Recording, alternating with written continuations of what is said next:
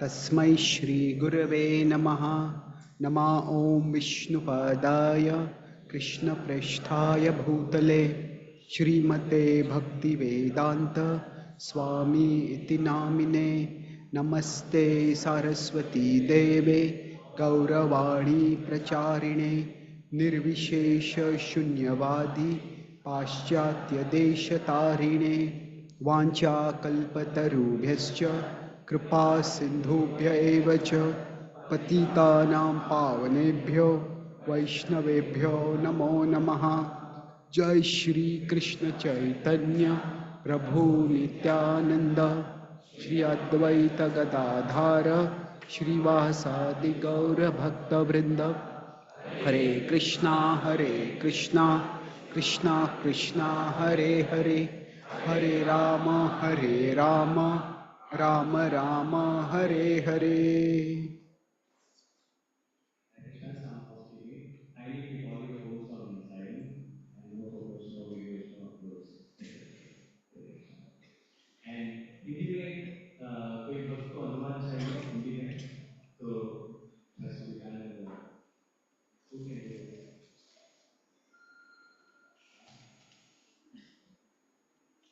Any Hindi devotee who can handle the translation. Okay, so Amrita Prabhu will do the translation. Hindi पर आप कृपया वहाँ बैठ सकते हैं. Anybody who does not follow.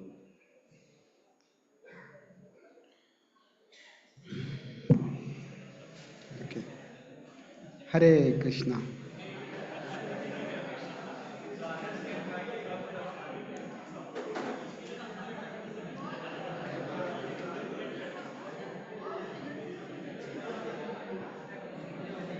It's coming in the way. Okay.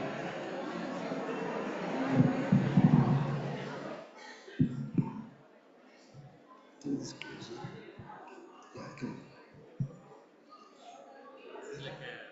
Usual, like a press conference.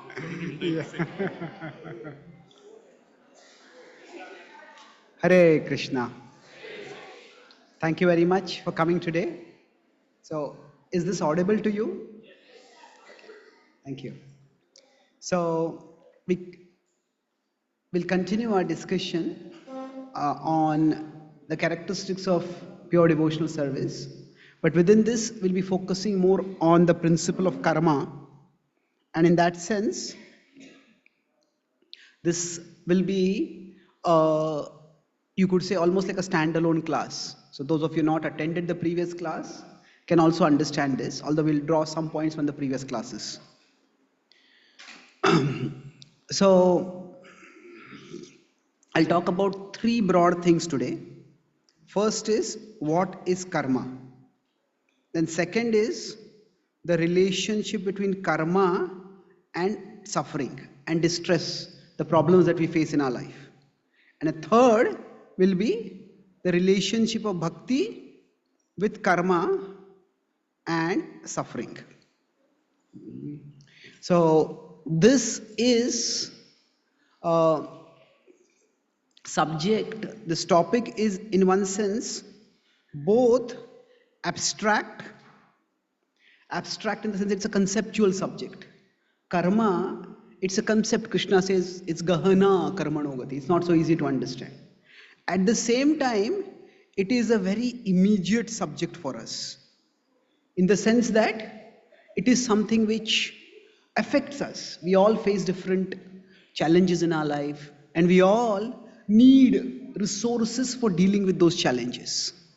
And how much will our bhakti help us in that? How much should we even expect our bhakti to help us in this? These are questions that naturally come up within us. So let's start with first understanding the principle of karma. Now, at a basic level, karma means that whenever there is an action, there will be a result of that action. That's the basic principle of karma, and this does not require any complex philosophy to understand. It is both natural occurrence in the sense that this is how we see things happen. That if I put my hand close to fire, I feel heat. If I eat cold food, then I get some cold. So the idea that actions produce results, this is just a constant natural occurrence. If, say, a child comes back from school and the child has got a black eye and a broken nose, you say, what happened? The child says, nothing happened. No, not nothing happened. If the effect is there, some cause must be there. So it's a natural occurrence. Not only is it a natural occurrence, it is also the basis of science. There would be no science possible if there would not be some connection.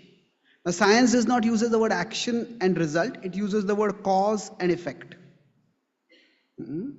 So, the idea is that when Newton saw an apple falling, what made this apple fall? So there would be no science possible if there would not be any correlation between cause and effect. And it is also an aspect of human training.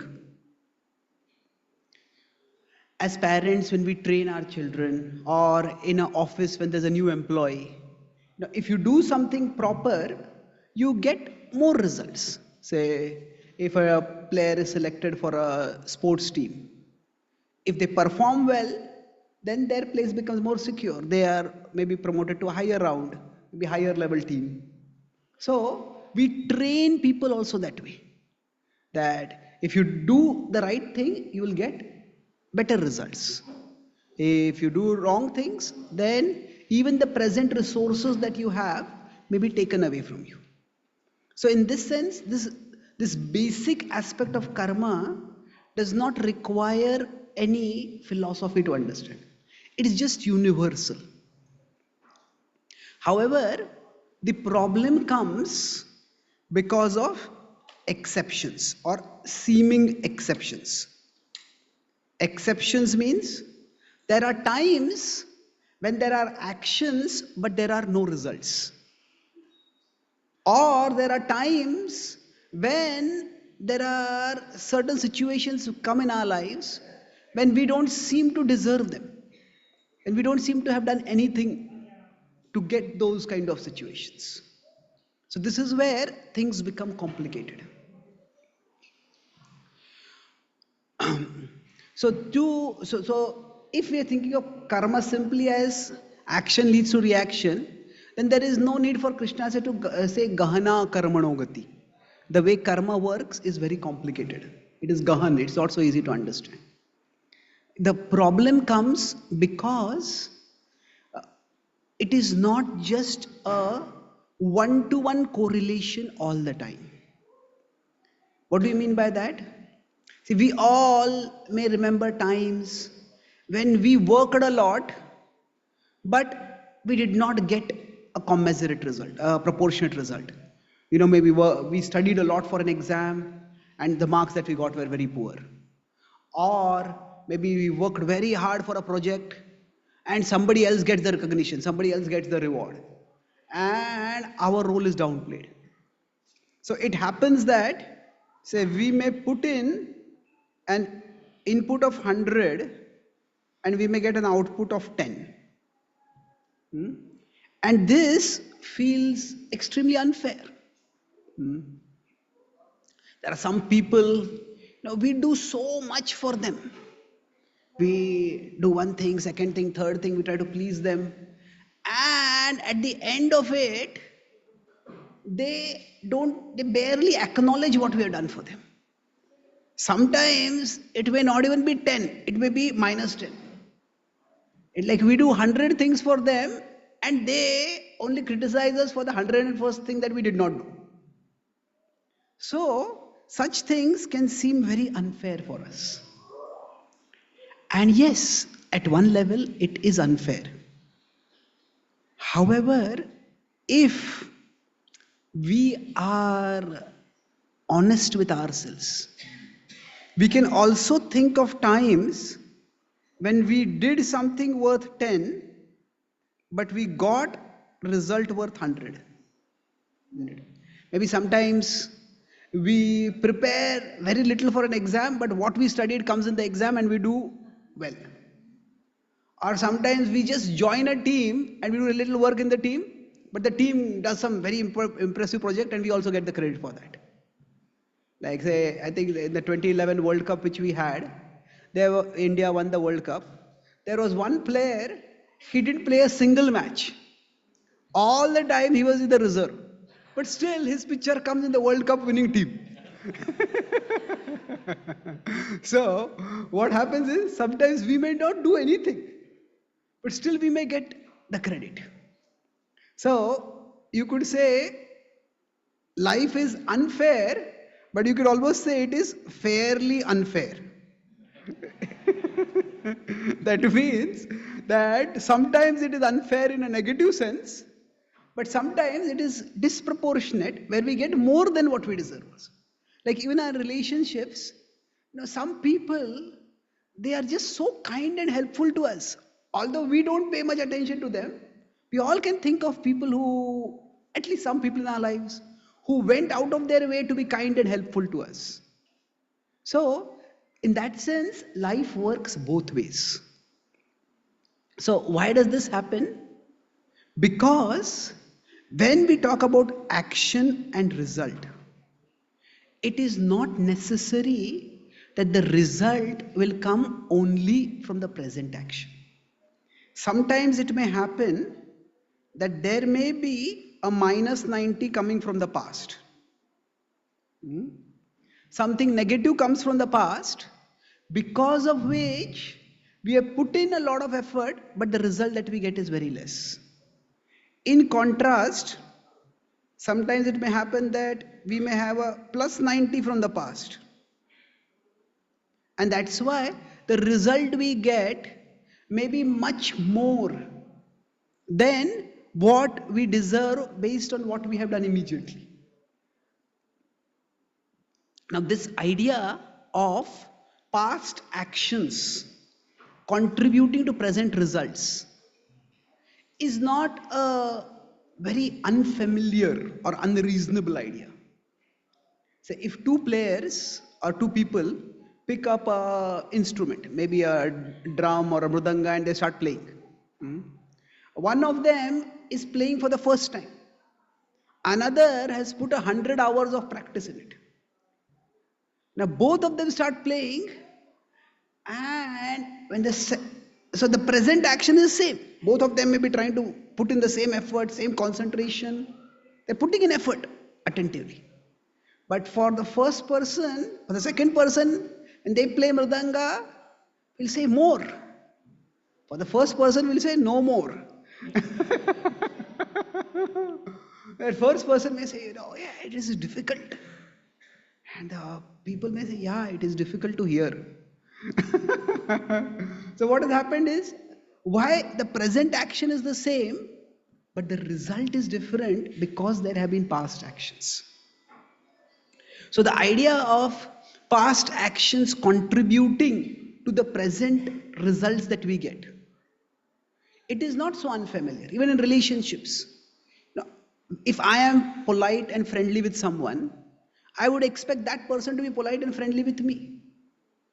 But if I am polite right now, but if I have been rude 100 times in the past, then although I am polite right now, that person may still be cold with me. So it is that our past actions that also contribute to the present results. So if I have been, say, cold 10 times in the past with that person, then I may have to work that much more. So there is a negative of 90 coming from the past, and I will have to clear the negative, only then I will start getting something positive here. So the idea of past actions determining present results is not something entirely unfamiliar. So the only key philosophical point that comes over here is how much past the actions can go. So this is where the concept of soul and reincarnation helps us understand that there are actions that may come from the past also. And they may contribute to what we get in our present situations. So, if we consider if we consider this is our lifetime, then at the starting point in our life, now we get, so we can say that we carry some past karma reservoir, hmm, which is there for us over this life. And we get a big installment of that at our birth. Say the kind of family we are born in, the country we are born in, maybe the kind of economic situation that is there in the family or the country where we are born in, the kind of genetics we have, which may determine our IQ and our at least a significant level of our abilities, even our complexion. So that is something which we get at the time of our birth or somewhere around that.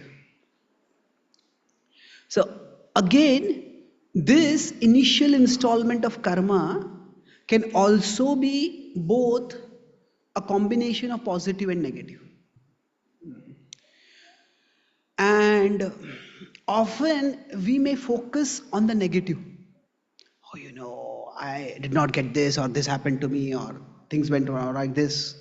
I was born in a place which was poor, or I was born in a place where there are not so many opportunities for this or that. Yes. Somehow, our mind tends to remember the way life has treated us worse than what we deserve. But there are times when life has treated us better than what we deserve also. And we don't tend to remember that unless we make a conscious effort to do that. So you may notice that I need crutches for walking. So when I was 1, I had polio. Basically, my father is on a traveling job. My mother took me to the local doctor to give some polio vaccine. So we were living in a small town in Maharashtra, and she was told that we should get this vaccine. And polio has more or less been eliminated now. The polio vaccine is fairly effective. But somehow, because it was a fairly small town, so there the clinic was not very competent. And the fridge in which they had kept the vaccine, the power supply for that had got somehow cut off. So the germs reproduced much more. And then the vaccine, sorry. So the vaccine, when it was given to me, instead of preventing polio, the dosage was so much that it ended up causing polio. So I was just walking normally, and one day I fell down, and I could no longer walk after that. So now, of course, I don't remember all this. Later, my parents told me about it.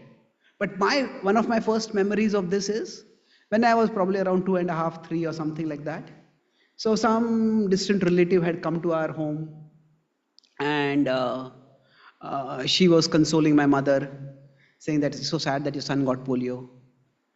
And I remember my mother speaking in a very clear, confident voice. He says, whatever he lacks physically, God will provide him intellectually.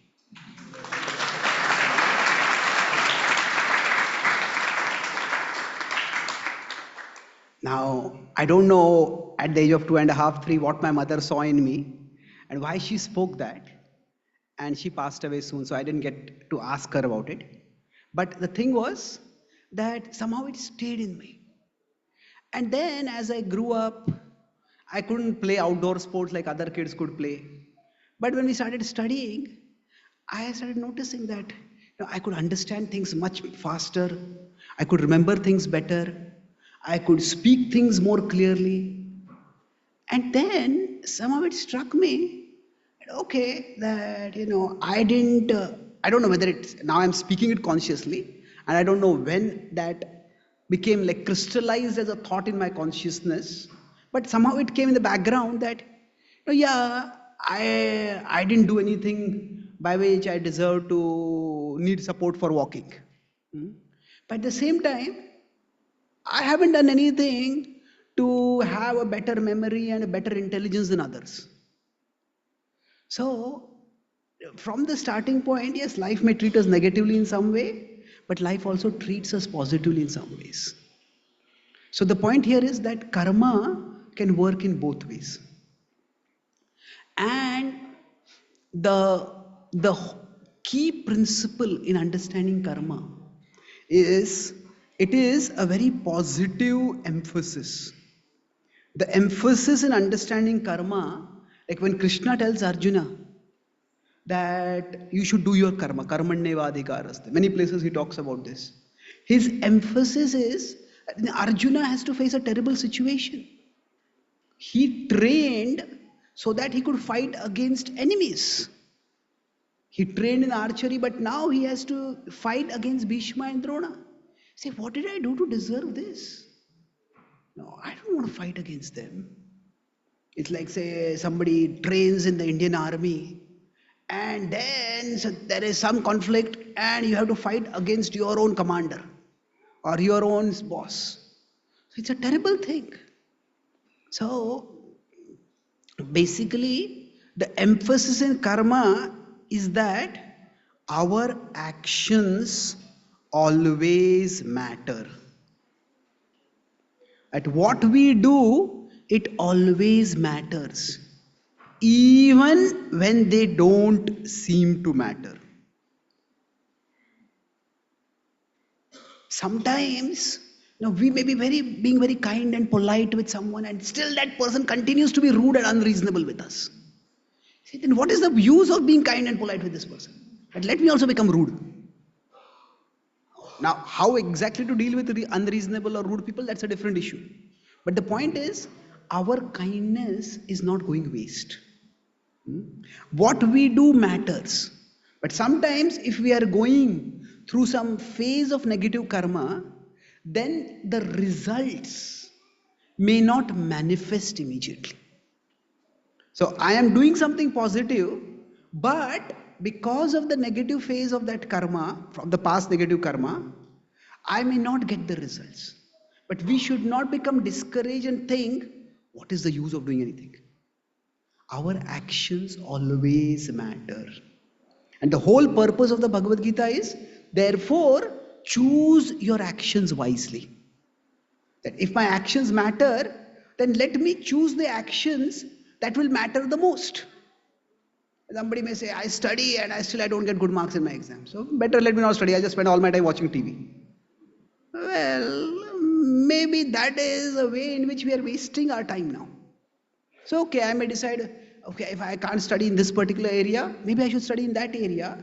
That we can choose and decide. So, our actions always matter. Now, to take this forward, many times when we get let's focus on that positive and we'll talk about the negative also. Negative means, positive means when we get some success in our life. So, that success is not just the result of our present karma. So we may say, I got this job, and so now all of you are here where you probably have more financial security than people who work in India, and you come here that you may say, okay, I worked hard, I'm competent in my job, I'm hardworking. That may all be true, but there may be many other people who are just as competent and hardworking. But you say, I got a lucky break, or I got this thing clicked, or that thing clicked. So what is that? That what we call as a lucky break is actually some past karma working positively for us. So basically, whenever there is success, most often success is a result of present karma plus past karma. Now, the exact role that may vary. For some people, say somebody is extraordinarily talented in particular field. Some students may just have like an extraordinary memory. Sometimes on YouTube you have this India has got talent or Britain has got talent. There are kids 3, 4, 5-year old. They're just so phenomenal at music, or they're so phenomenal at some field. For some people, the past karma may contribute 90%. And the present karma may only contribute 10%. For some people, it may be the present maybe 90% and the past maybe 10%. But the point is, past and present both contribute to the results.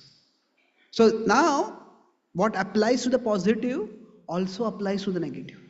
When we face problems in life, so sometimes the problems may be because of our present actions, and sometimes the problems may be because of past actions. Say, suppose somebody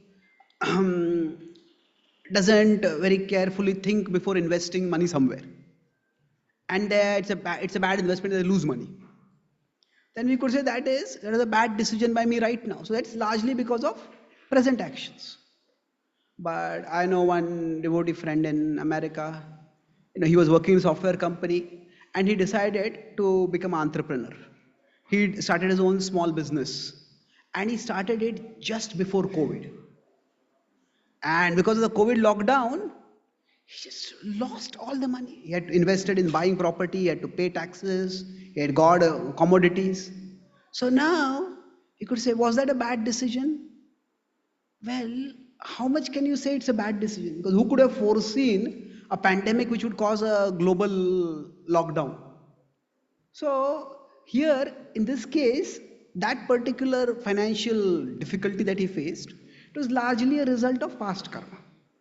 So basically, the situations that we face at present, they are in general due to an unpredictable combination of present and past karma. So how much the present karma might be contributing, how much the past karma might be contributing, it's difficult for us to understand. So let's consider four possibilities. That there is present karma and there is past karma. Now, the present karma can be positive in the sense of being good, and it can be negative in the sense of being bad. And similarly, the past karma can be positive or the past karma can be negative.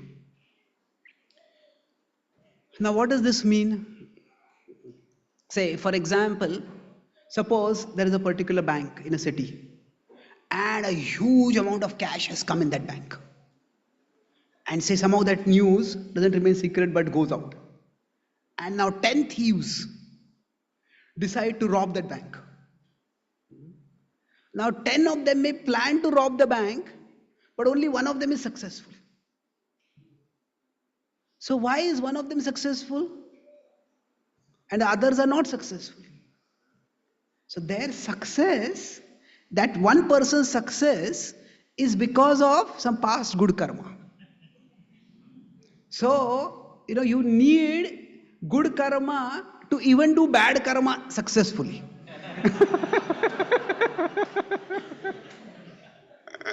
So, now Hitler is considered to be one of the best orators of the last century. He's a terrible person. By his past karma, by his past good karma, he had great oratory capacity. He had some past positive karma by which he was meant to become a leader. But then, by his present negative karma, he ended up becoming a terrible misleader. There have been many, many terrible people in the world, and there have been many people who slaughtered people. Genghis Khan, when he conquered Europe, and he is supposed to have annihilated almost 1/4 of the population of Europe. But he was traveling across many countries and he killed people. But Hitler and the Holocaust, which happened at the first time in the history of the world, that industrial efficiency was brought to mass slaughter. Killing people, if you kill people, you have to bury people or you have to burn people, you have to do something. Here, just put them in gas chambers. It's a very efficient way of killing people. It's brutal. But the point is that even for somebody to get success in doing bad karma, they may need some positive karma from the past. So if you consider among these four situations or four quadrants, Now the best is where a person's past karma is positive and the present karma is positive. That means they work for some good cause. And when they work for some good cause, they get not just some good result, but some great results by that. So somebody may be a researcher and they develop some medicine which cures some terrible disease. Or somebody makes some song which is, maybe their musical ability, which inspires a lot of people with, say, patriotic sentiments or say, devotional sentiments or whatever. So there are great poets who have composed some great compositions. So the best is where we have positive karma from the past and negative karma, positive past karma and positive present karma. Now, the worst situation, is this the worst? Not really. See, if the person has negative karma from the present, then they are going to do bad things. But if they have negative karma from the past, their bad things will not lead to much bad results. Because, say, like somebody may want to become a terrorist and blow up a big building. But something goes wrong and the bomb blows up before they reach the building and they only blow up. Nothing else happens. So, what happens is, it is less harmful. They may try to do some bad actions, but the bad actions may not have much results.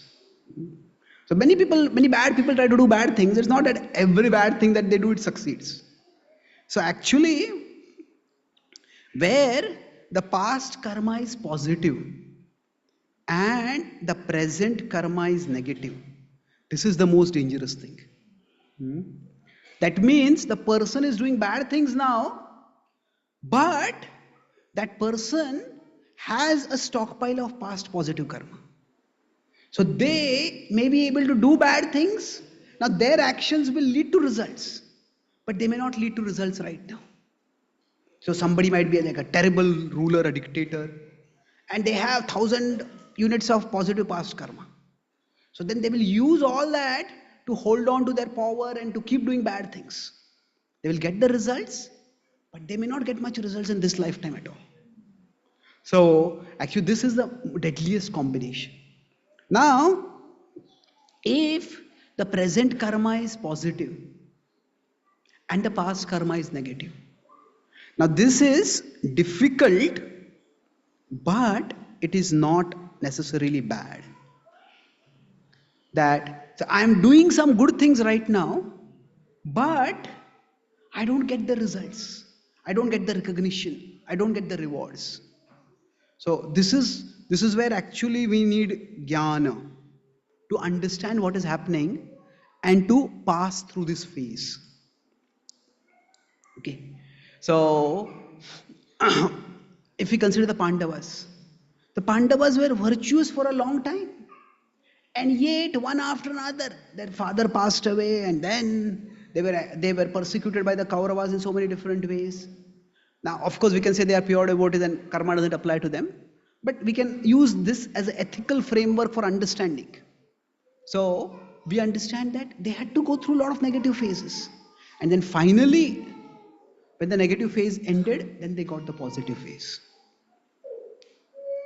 So here, when we are going through a phase of difficulties, Can we request the mother to kindly take the child to the back of the hall? Where is the child crying? so is a child crying because of present karma or past karma?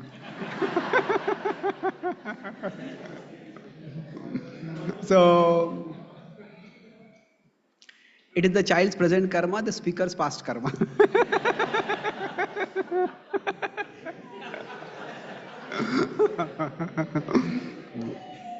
But but suppose, suppose some child is crying, and then at that time the speaker starts yelling or screaming at that person. Now what is going to happen? Now the child crying is a disturbance. But if the speaker yells and screams, then at the end of the class, the audience is going to remember how the speaker behaved. Isn't it? The child crying will be forgotten. So what happens is, our present karma can sometimes make the problem far worse. Isn't it? So the idea is that even when certain situations come in our life, our present karma does make a difference, even when it doesn't seem to make a difference. So now this, what I mentioned, the past karma stockpile that we have, if we consider our lifetime, then we all say we say destiny is fixed. So this is, we all have a certain stockpile of karma from the past that is going to come to us, and we could say that stockpile is fixed. But while that stockpile may be fixed, how it is going to come in our life is not necessarily fixed. Say, what do I mean by that? Say, to some extent, at the start of our life, we get some major installment of that karma. And then, say, maybe during the course of a lifetime, somebody lives 60, 70, 80 years, maybe they are meant to face 4 big problems. Maybe they get some terrible disease. Maybe some loved one passes away. Maybe in their business, somebody betrays them, somebody cheats them, and maybe they meet with some accident. So, of course, each of these can be a very difficult situation to pass through. But imagine if all 4 of these happen simultaneously. That would be almost unbearable, isn't it? So, our past karma might be fixed, and that may come upon us. But that does not mean that our present karma does not matter. So, I'll explain in 2 different ways how our present karma matters. Say, suppose somebody is going to be cheated in a business, and because of that cheating, they're going to lose a lot of money. It's a terrible thing to happen. But suppose that person, during the course of their life, you could be cheated in the business, you could be cheated in the family relationship, cheated whatever way. But if before that, during the course of that life, if that person has been polite, kind, helpful, now maybe the cheater will use that to exploit them even more. But if they have been polite, kind, helpful with people in general, then when they are cheated, others will be ready to help them. No, you're a good person, this bad thing happened to you. But on the other hand, if, say, by karma, by past karma, they are meant to be cheated. But if in this life they are rude, they are cunning, they just use and throw people, then when one person cheats them, the way they have acted in this life will mean that nobody else will come to help them. So, we may not be able to change the fact that we might get cheated. But how we are able to deal with that cheating, now that will be determined by our present actions. So, sometimes when you say that destiny is fixed, now, yes, what happens sometimes when we take from Shastra one statement and we absolutize that statement without considering other statements. So, for example, it is said that by destiny, our happiness and distress are fixed. So, that is said in the scripture, Sukham Indriyakam Daityam, Deha Yogena Dehina. So, there's a statement like that in the 7th canto, the 1st canto. Now, what does this mean practically? Does it mean that, say, if by destiny, when we say by destiny is fixed, and by that, by destiny, our happiness and our distress are fixed. So, if we say this is one statement, And there is truth to the statement. But along with that, scripture itself tells us, so yehi samsparshaja bhoga dukkha yonaya evate. So when we indulge in sensual pleasures indiscriminately, excessively, we suffer. So, if say by our destiny, our happiness and distress are fixed, can we increase our distress in this life? What do you think? Can we increase our distress? Of course we can, isn't it? See, if somebody starts taking alcohol and they become an alcoholic, then that is, in the morning I talked about suffering that is avoidable and suffering that is unavoidable. So, that if somebody is drinking and then they get some disease, that is not due to the past karma, isn't it? So, say if on a cold night somebody takes a dozen ice creams and they enjoy the taste at that time, but the next morning their throat is terrible. In the previous night they were saying ice cream, and now they say ice cream. Now they scream in pain. Now, if they have a terrible throat, is it because of past karma? Yes, but it is past night's karma, not past life's karma. So, the thing is that our present actions do matter. So, our present actions, so they do matter in the sense that just as we can increase the distress that will come because of our present actions, similarly, from our present actions, we can also increase to some degree the happiness. So, our present actions also matter. Gita says, for example, if you live in Sattva Guna, Sattvam Sukhe Sanjayati, we'll experience greater happiness. So, let's consider an example of, say, suppose because of some past karma, somebody is meant to get some terrible disease. Now, they're meant to get some cancer. Now, cancer is probably an example of a disease for which we don't know the cause, practically speaking. Like iatrogenic diseases, we don't know what exactly is the cause. So suppose somebody is meant to get cancer. Now, if in this life they have generally tried to live healthy, eat good food, do some regular exercise, have regulated habits, then one way of looking at it is, what is the use of living healthy? Say, still got cancer, life is so unfair. But another way of looking at it could be that because this person lived healthy, their chances of recovering are greater because of that. Isn't it? On the other hand, if somebody has always been eating a lot of unhealthy food, somebody has always been very unregulated in their whole life, and they get cancer, then their chances of recovering might be very less.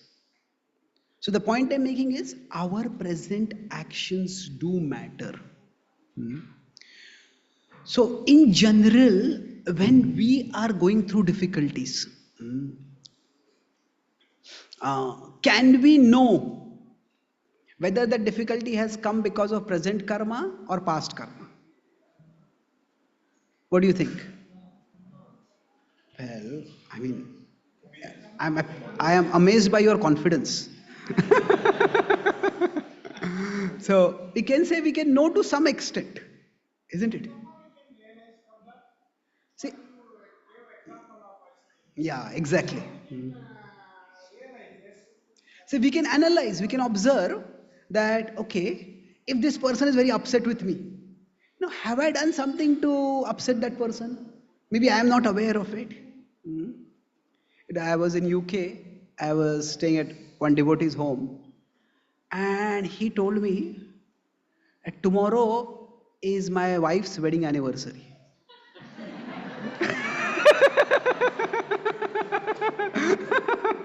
I said, what do you mean your wife's? Is it not your wedding anniversary?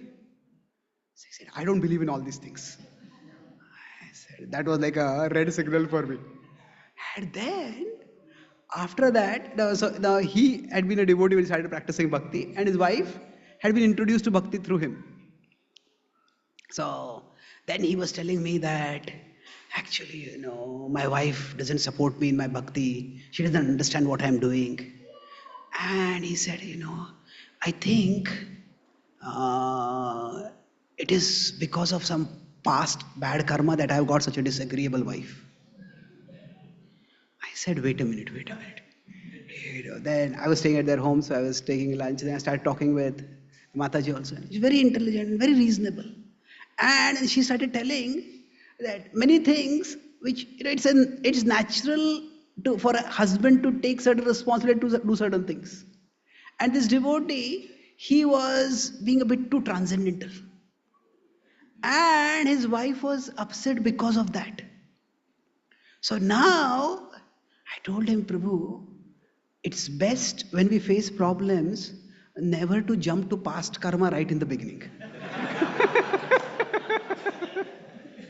So if we are having problems, first look at, is there something I might be doing because of which this is happening? Now, it's very rare, it's possible, but it's very rare that a problem comes because of 100% past karma only. That I have done absolutely nothing and still this person is against me. It is possible. There is sometimes racial prejudice, religious prejudice, regional biases. So, you just belong to this community. This community is a community of cheaters or selfish people or that people. And just because we belong to that community, we are labeled in that way. So, that can happen. But generally speaking, it is best when we are facing some problems to think how I may have contributed to this problem. And is there something I can do to deal with it, to fix it, to improve the situations? So basically, when we face difficulties, it is best to start with like minimal assumptions. Minimal assumption means that, say, whenever we face problems, start with the most logical explanation first. Say if I am speaking right now, and suddenly you are not able to hear what I speak. The first explanation could be that, okay, that maybe this mic is not working. The other explanation could be maybe the sound system itself has collapsed. Other explanation could be that the whole audience at one moment everybody has become deaf. So some mysterious virus just come, just made everybody deaf. Other explanation could be that I have got some attack of some disease by which I am moving my mouth, but no sound is coming. Now, if somebody starts now, are these possible? Maybe the mic not working, the sound system collapsing. They're possible. But generally, what happens is a sign of intelligence. Intelligence means in Sankhya, in Nyaya. Nyaya is Vedic logic. So in Nyaya it is said, whenever we are looking for an explanation, when we are looking for explanations, it is best to start with what is drushta and then go towards what is adrushta. Drushta means what? Visible. So start with more visible or immediate causes. So an action can have a range when particular situation comes in our life. It can have a range of causes. But best to start with the immediate cause, and when the immediate cause doesn't work, then move towards a more remote cause. So the most immediate cause could be, did I accidentally turn off the power switch of this? Next immediate cause could be, has the battery become discharged of this? A third could be, maybe this mic has become spoiled. If right in the beginning I say, oh, if I'm not able to speak to you, some terrorists have attacked and the power supply has been destroyed because of that. I say, why are you panicking? Why are you going towards such explanations? So, karma, the philosophy of karma is not meant to reject the immediate explanation. It is meant to explain situations when the immediate explanations don't work. So immediate explanations are also valid, but they may not always be valid. So that's why start from the adrushta and move towards the adrushta. Sorry, start from the drushta and move toward the adrushta. Okay. So till now I have spoken about karma. Now let's move towards bhakti. So the basic point here is that our actions do matter. There is past karma, but how much the past karma matters in a particular situation, it's difficult to know. It is possible that a particular problem has come because of past karma, but let's not assume that right in the beginning. So now, when we practice bhakti, so there is when we talk about karma, how is karma affected by bhakti? So that is the question that we will discuss. And this is a big question, but again, it's not that we have an answer that is, because these concepts themselves are complex and subtle. The answers are also subtle, but we can try to understand broad principles. Now, as I said, karma itself can be past and present. So quite often, we tend to focus on the past karma. And how much of my past karma will Krishna remove? But first of all, the problem with this is the past karma is itself unknown to us. So we may have 1,000 units of past karma, and Krishna may remove 900 and only 100 may remain. But 100 will still remain. Now, for us, the 100 itself may seem very bad. And we say, why is this happening? This shouldn't have happened to me. It may be that just before we came to bhakti, we were going through a phase of good karma. And then, when we start practicing bhakti, we start going through a phase of bad karma. And then he said, okay, I started chanting Hare Krishna and my problems in my life started increasing. So is Krishna causing these problems to me? No, not at all. So it's like when we go to the whole dimension of past karma, first of all, we don't know how much is the past karma. And we don't know or we can't know how much that is going to be removed. So Krishna does say, I'll remove, but it is said, Aham tvam sarva papebhyo, he says, but the sarva papebhyo is, that this is the second sarva, there is the first sarva also. Sarva dharman parityajya mamekam sharanam vraja. So in one sense, Krishna is reciprocal. To the extent we become pure devotees, to that extent, the karma influence may go away. But this, because the past karma is unknown, it's best to tolerate it. Whatever it comes, tam stitikshasva bharata.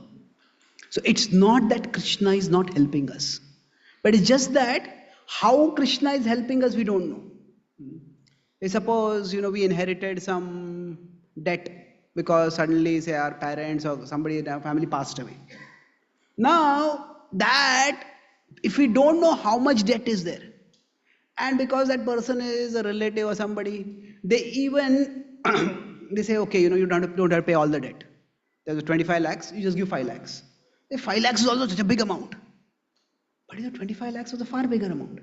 In this case, what happens is, because we don't know how much is the past negative karma, so for us, it's difficult to know what Krishna has done. And if we start expecting that, okay, in my life, because I am practicing bhakti, there'll be no problems, then that is an unrealistic expectation. There's some karma which is not very likely to change. If somebody is, say, 4.5 feet, and that is because of past karma, it's not that they chanting Hare Krishna, they become 6.5 feet. Isn't it? That is not going to happen. So, certain kind of karma is not going to change. But when it comes to our present karma, now our present karma is affected by two things. It is affected by our knowledge. The kind of knowledge, or you can say more specifically, it's not just knowledge. It's not jnana, it's so much, it's buddhi. It's intelligence. And not just our intelligence, it is affected by our buddhi and it is affected by our vritti, our tendencies. So, by our past karma, we all have certain tendencies.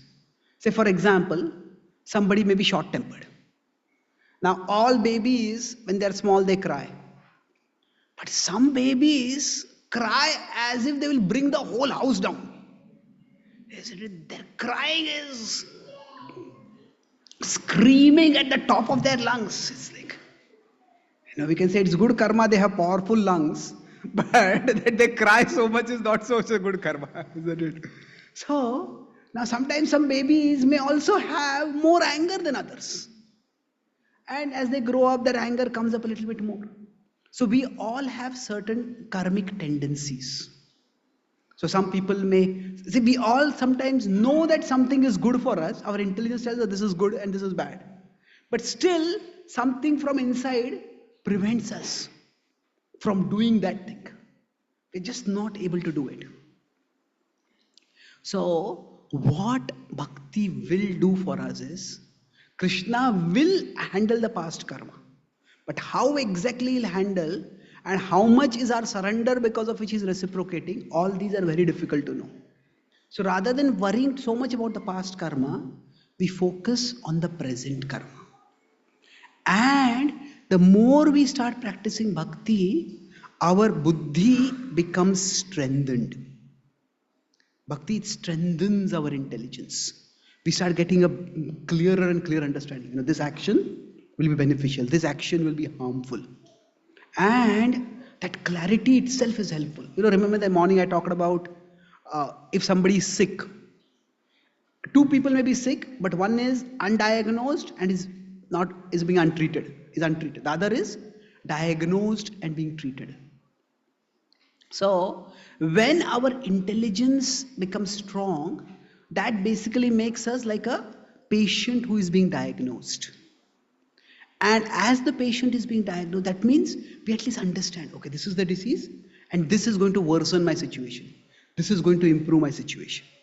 Now, we may not know 100%, but we do know to a significant extent.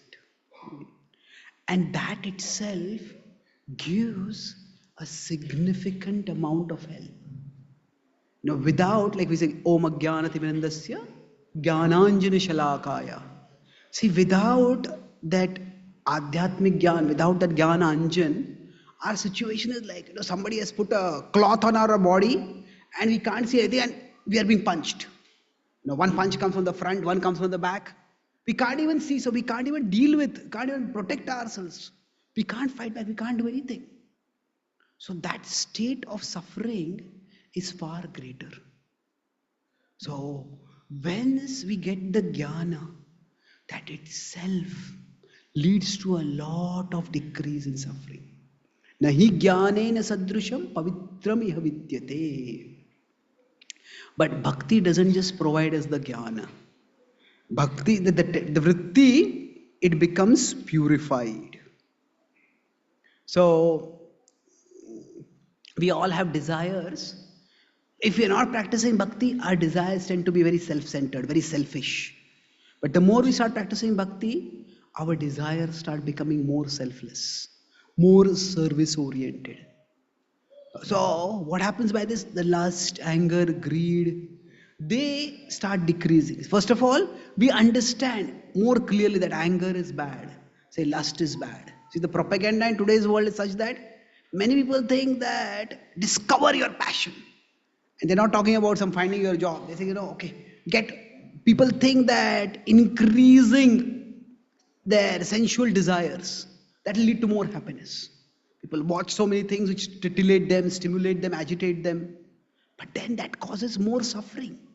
That causes so much more craving. Because they just don't know. Like say suppose somebody is never drunk and has no interest in drinking. They pass by a bar, they don't feel any agitation. But somebody who has drunk repeatedly, each time they pass by a bar, they have to fight against it. I will go and drink. No, I'll not go and drink. I'll go and drink. I'll not go and drink. That causes so much trouble, so much distress.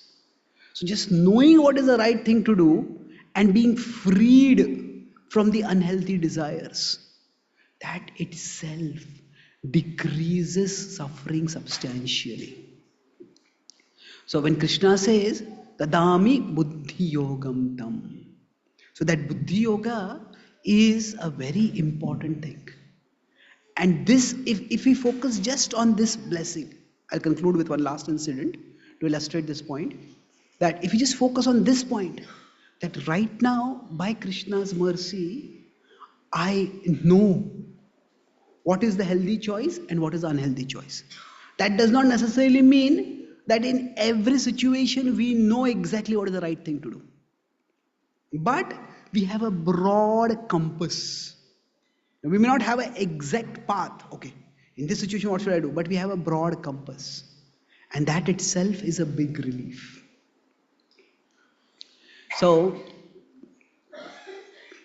after Krishna spoke the Bhagavad Gita, after Krishna assured Arjuna, Aham tvam sarvapape vimokshayishyami, after Arjuna said, yes, I surrender to you, karishye vachanam tava, after that, when the Kurukshetra war happened, Arjuna faced a devastating loss. On the 13th day, what happened? Abhimanyu was killed. Now, Abhimanyu dying itself is terrible for Arjuna. But what made that even more terrible was his own personal sense of failure. See, what the Kauravas did was, on the 13th day, they did not form the Chakravyuh right in the beginning. They had some other military formation. And then they arranged that there was a king Susharman, he challenged Arjuna. And in that challenge, he diverted Arjuna away. So they went to a different part of the battlefield and they started fighting over there. And then once Arjuna was diverted, then quickly the Kauravas reorganized and they revealed the Chakravyuh formation. And then there was no way for the Pandavas to penetrate it. So then Yudhishthira asked Abhimanyu to go inside. Abhimanyu went inside and unfortunately he was trapped. And he fought heroically. But then the Kauravas unfairly ganged up on him and 6 of them together attacked him and eventually killed him. That evening, when Arjuna came back, normally when the warriors would come back, there would be celebratory music welcoming them back. That day when Arjuna was coming back, he had fought heroically against the army of Susharman. He had destroyed many, many soldiers. And it was a long day, he was tired, been fairly successful. Still, he felt an uneasy sensation within him. And as he came close to their tents, their camp, he noticed there was absolutely no music. There is a somber silence over there. And normally when we meet people, people greet, nod the head, smile. On this day, no one was ready to even meet Arjuna's eye. And there's a pit started forming in Arjuna's stomach. And then Arjuna started wondering what has happened, what has gone wrong. And then he remembered that in the heat of the battle, he had heard someone scream far away. The Kauravas have formed a Chakravyuh. He had been so busy fighting against the army of Susharman, it had not registered him at that time. He had not paid much attention. If something had been emergency, he would have been called, he thought like that. He started thinking, was a Chakravyuh formed? If a Chakravyuh has been formed, then what happened? Then has Yudhishthira been abducted? Says, if Yudhishthira had been abducted, surely I would have known. I would have been informed. So what happened? So the only person who knew that a Chakravyuh can be broken, that is Abhimanyu. But he doesn't know how to come out. Has something happened to him? So he just charged with his horse, racing toward the central pandal. And as soon as he entered, in the pandal, there was a arrangement, and each warrior had their particular throne. As soon as he entered, first his eyes went to Yudhishthir. He saw Yudhishthir was there. Then his eyes went to Abhimanyu's throne. And that was empty. His eyes just didn't want to believe what they were seeing. Just desperate, hoping against hope that what he was seeing was not the reality. He again looked back more carefully at Yudhishthir, and he saw that there were tears streaming down Yudhishthir's eyes. Arjuna just collapsed and he started crying, Abhimanyu, Abhimanyu, Abhimanyu. And he started thinking, fie on me. He said, I went in the pursuit of glory. And because of that, I was not there to protect my son. Surely, when Abhimanyu was in the last moments, he must have called out to me. He must have called out to his father. Why was I not there at that time?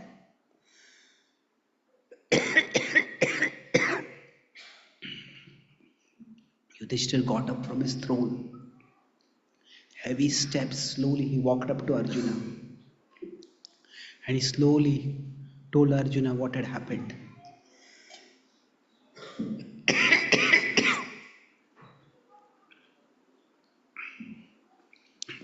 So, as Arjuna heard, his grief started changing to anger.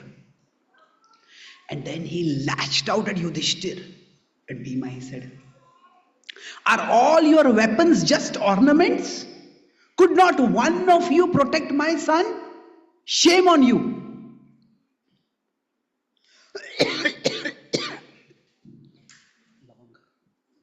So when he spoke this,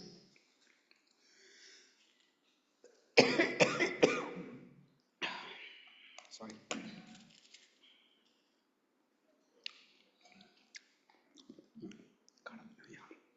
So this is some past karma. Coming in the middle of some present karma now.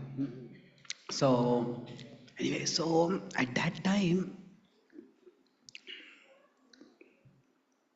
Krishna, for Yudhishthir, he was already in distress, and Arjuna's words were like whiplashes for both Yudhishthir and Bhima.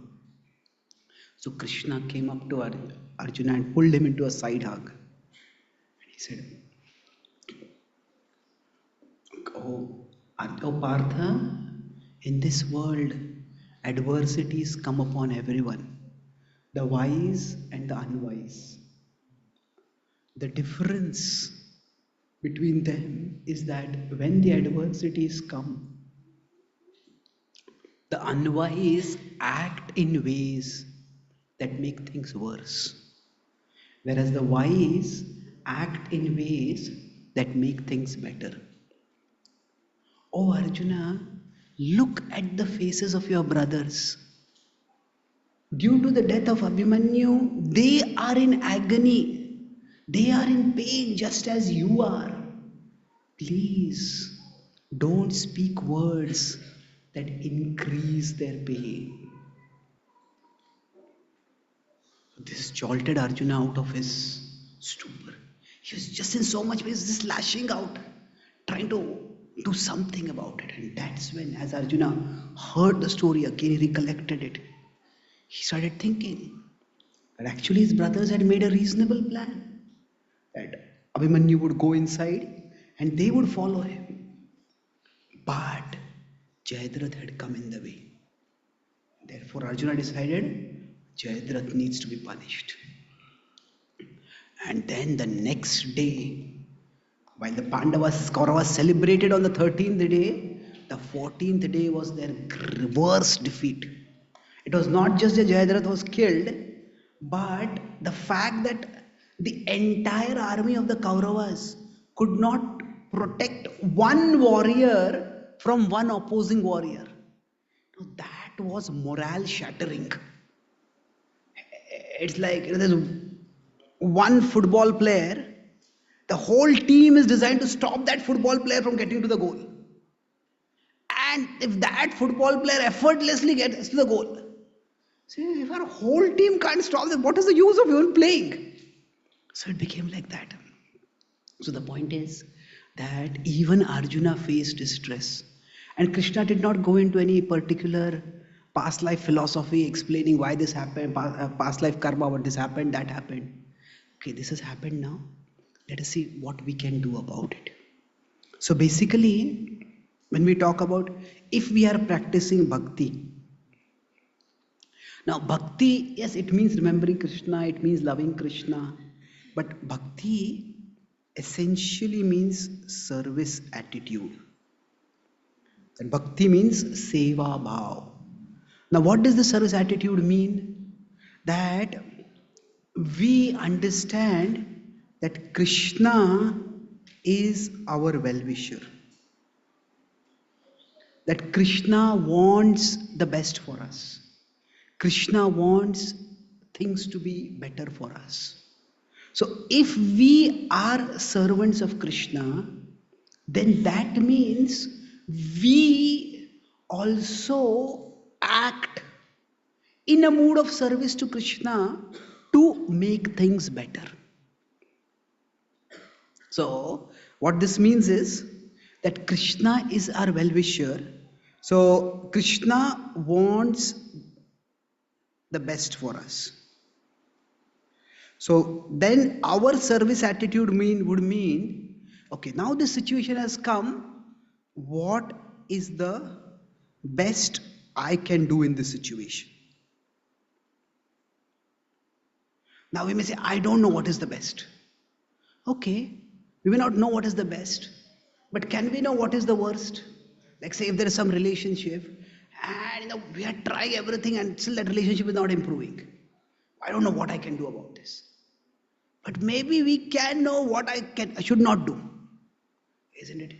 If we just for 10 minutes remove our verbal restraint and just speak whatever is there in our mind and heart, the relationship cultivated over 10 years can be destroyed in 10 minutes. Isn't it? That doesn't mean we suppress our emotions, but we all know that certain things will make the situation worse. So with whatever buddhi we have, say, okay, now the situation is there, Krishna, what can I do that will make things better? If we have that service attitude, Krishna will guide us. And the conviction that comes from practicing bhakti is that, say, that there are many, many aspects of bhakti and shraddha and all those things.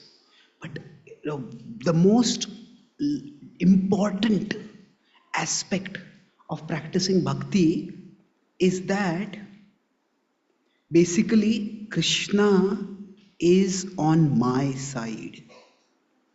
This is the faith that we need to get. See, basically, when we are functioning in the world, there is, I am here, and there is some force beyond me. We may believe in God, we may not believe in God, we may believe in nature, whatever we believe in. Now, with respect to this, there are only three factors. That this is for me, this is against me, or this is apathetic to me, doesn't care for me.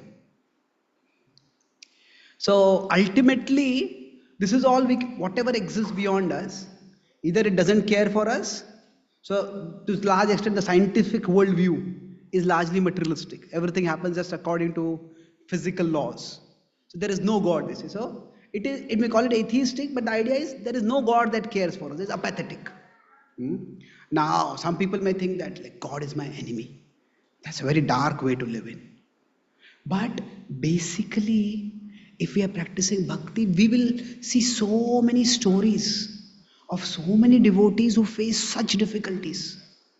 Now, Prahlad did nothing wrong, and yet he suffered so much, at least at an external level. But what happened is, through it all, by remembering Krishna, he did not suffer so much. And eventually, Krishna protected him. So basically, what happens is, if we can get this faith that Krishna is on my side, therefore I will be on Krishna's side. So Krishna is on my side, therefore I will choose to be on Krishna's side. I don't know exactly what is Krishna's plan, but Krishna, I want to serve you. And Prabhupada was asked, what is the best prayer we can offer? He said, pray to Krishna, please give me the strength to serve you. Whatever be the situation I face, please give me the strength to serve you. So if we have that attitude, then we will get the buddhi. And with small steps we take, by which gradually we will be able to improve things. Now, some amount of improvement may happen in this life for us, some amount of improvement may not be seen in this life. We'll be purified and we'll go beyond this world to Krishna. But when we function in this way, basically the past karma reservoir may not change, but the present karma we can change. And we can ensure that no matter how dark our present may be, by trying to serve Krishna, we can make our future brighter. And that is a power that every one of us has. So that is the faith. Machitta sarvadurgani mat prasadat tarishyasi. Krishna says, if you become conscious of me, you will pass over all obstacles by my grace. Going back to that medicine metaphor, the world can hurt us in many ways. But when we practice bhakti, I mentioned what happens is, for us, Krishna becomes bigger than the world. So what this means is that the world has much power to hurt us. The world, people can hurt us, the environment, the weather can hurt us, our own body can hurt us. But what happens is, we understand that greater than the world's power to hurt is Krishna's power to heal. And it is this faith that the practice of bhakti increases more and more for us. And that's how the problems of our life, even if they come, they do not disturb us so much. Greater than the world's power to hurt is Krishna's power to heal. That is how bhakti decreases our klesh agni, and it helps us shubhada, it helps us create a brighter future for ourselves. The klesha agni happens because, although these problems are there, Krishna is with me. I am not alone in this big bad world trying to struggle against it. Krishna is with me, and I will choose to be with Krishna. So understanding this Krishna is on my side, this will lead to the klesha agni. The suffering doesn't just come because there is problems. When we feel I am in these problems and I'm alone and nobody cares for me, nobody even is bothered whether I exist, whether I live or die, that's when the suffering becomes far more. But when we understand Krishna is on our side, that klesha decreases. And shubhada, once we choose to be on Krishna's side, then yes, the present may be dark, but by Krishna's mercy, the future will be brighter. So I'll summarize what I discussed. I discussed 4 main points. First, we talked about the principle of karma. How karma is not just a philosophical concept, it is like a universal observation, it is the basis of science, it is also the basis of human training. But the only difficulty that happens is, that it is not always just action and result. It is often there is the present action and there is the present result, but there is also the past action that is playing a role. And sometimes the past action might be negative, and that's why the present result might not be positive enough as much as we expect. So basically, karma works in a complex way. But still, the important thing is our actions matter. That is the key take home from the principle of karma. That what I am doing right now, it matters. If I am doing good, the good will result in the future. If somebody is doing bad, that will lead to bad, even if that is not manifested now. Then we discuss the concept of destiny. Is karma fixed? Yes, destiny is fixed. But how destiny unfolds, how it manifests in our life, that is not fixed. I discussed how somebody may be betrayed and cheated in this life, but how they live in this life may decide how much support they get when they are cheated. So that's why we discuss this pendulum, that present karma and past karma. So it is best if the present and past are both good, then we have a brighter situation. The most dangerous is when the past karma is positive but present karma is negative, because they will create suffering for themselves. This is bad, but the person is not so harmful. Now this is something which we need to learn to tolerate. So I'm going through some difficult situations, but they will end. And for that purpose, then we discussed about how does bhakti affect our karma. Bhakti and karma, we discussed that. So basically, there is past karma, and this is unknown. So it is best not to worry too much about this. So accept that Krishna is doing something for my benefit with that karma. But the present karma, that is the most important thing. So our present action is shaped by our intelligence and by our tendencies. And our Krishna strengthens our intelligence through bhakti, and then he purifies our tendencies. And by this, what happens is we can start creating a brighter future. And that means I took the story of Arjuna and Abhimanyu to illustrate that essentially when we talk about bhakti, bhakti means seva bhav. And seva bhav means that if Krishna is my well-wisher, then let me see how I can, if Krishna wants the best for me, how can I do my best? How can I play my part in Krishna's plan? So, basically, Krishna is with me. And therefore, I will be with Krishna.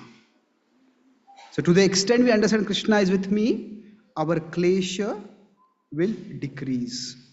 And to the extent we choose to be with Krishna, the shubha in our life will increase. The world can hurt us in many ways, but rather than worrying about how and why the world is hurting us, we turn toward Krishna. And Krishna's power to heal is always greater. Whatever karma may get us to, Krishna will get us through. Thank you very much. Hare Krishna.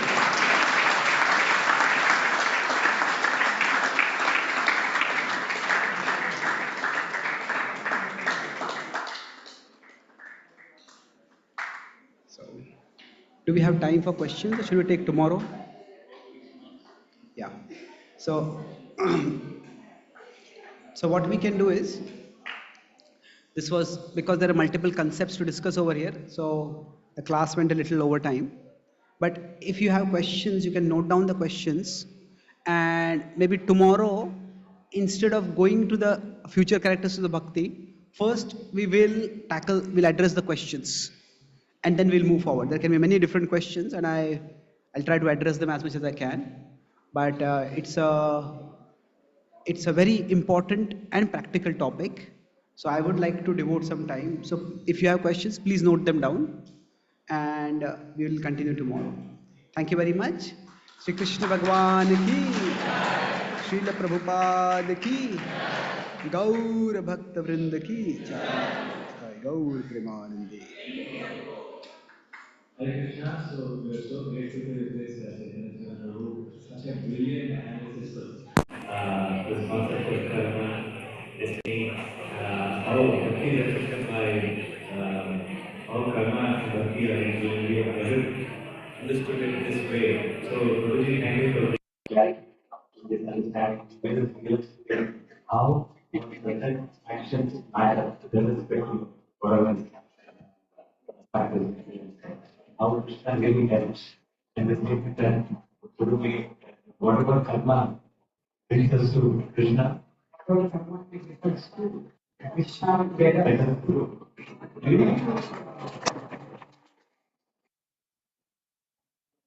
Because Krishna is always on our side, let us always be on Krishna's side by doing the right thing. So let's give a gift what the things.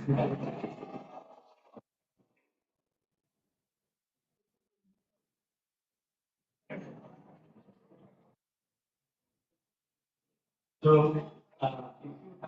now, let's suggest that we will give more time on this subject tomorrow. So, whoever any questions on the subject, you can please WhatsApp to me, and we will discuss those questions to have combined. Just to make it more fun. So, if you all benefit from today's understanding, so our understanding of karma was at this level now. Really, we have understood like especially the connection between the role of Krishna and how he affects karma last and very, very good. Excellent. So, Hare Krishna, please, you can just Prasadam and from who the Prasadam from this